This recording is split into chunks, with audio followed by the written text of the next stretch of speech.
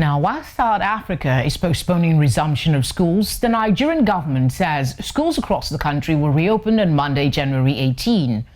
The Education Ministry said the decision was taken after wide consultation with state governors and stakeholders. Last week, the Education Minister had suggested that a planned reopening of schools may be put on hold due to rising COVID-19 cases. Nigeria is currently battling a second wave of the pandemic. It has recorded over 1,360 deaths since the pandemic started. More than 100,000 cases of the virus have been confirmed in the country since February last year. Meanwhile, the Director General of the National Agency for Food, Drug Administration Control, Mojisola Adeyeye, says no drugs have been approved and any being marketed could cause serious illness. She urged people to be sensible and careful. The body says no government establishment or agency should order COVID vaccines without confirming from NAFDAC if the vaccine has been approved. Joining us to discuss this is public health physician Dr. Alero Roberts. Want her thoughts on this? Thank you for joining us on the news at this hour. One country says, hold on. Another says, we must go ahead in spite of COVID-19 resurgence. What's your thinking on this? Well, first and foremost, thank you very much for having me. It's nice to be back here again. And secondly, we have to work with our own science, with our own data. The numbers that are being reported in South Africa are not the numbers being reported in Nigeria. The support that the South African school children have or may have is not the kind of support that our children have. So we cannot model ourselves on other people, on what other countries are doing. We do have to chart our own course. Our numbers are still a lot lower. And we're talking in terms of numbers that may not be the actual number, but when we are talking about the test positivity, our test positivity rates are still much, much lower than they are finding in South Africa. And the impact of not letting children go to school in Nigeria is going to be higher than what they are seeing in South Africa.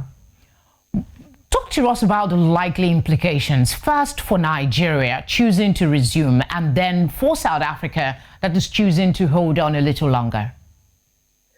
Well, do you mind if I concentrate more on Nigeria, which is where my primary focus lies? Because I cannot speak for South Africa not having all the data and the knowledge that they are and the facts that they have.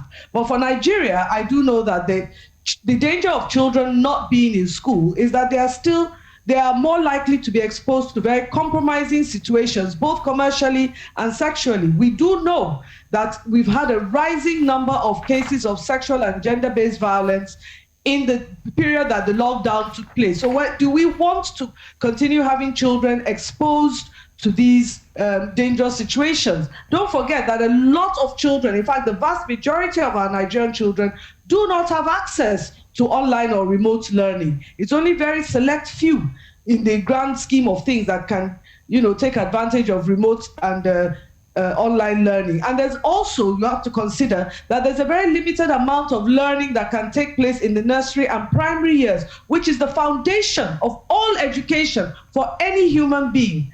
The other thing that we seem to forget is that schools are by nature a regulated environment. This is where children are being taught obedience to authority. So being able to put in place the public health interventions, it is best we teach the children from a very young age so that when they grow, they do not depart from it. Hand washing, how to maintain a physical distance, wearing a mask, more importantly, obedience to authority. These are the advantages of education that we cannot just throw away.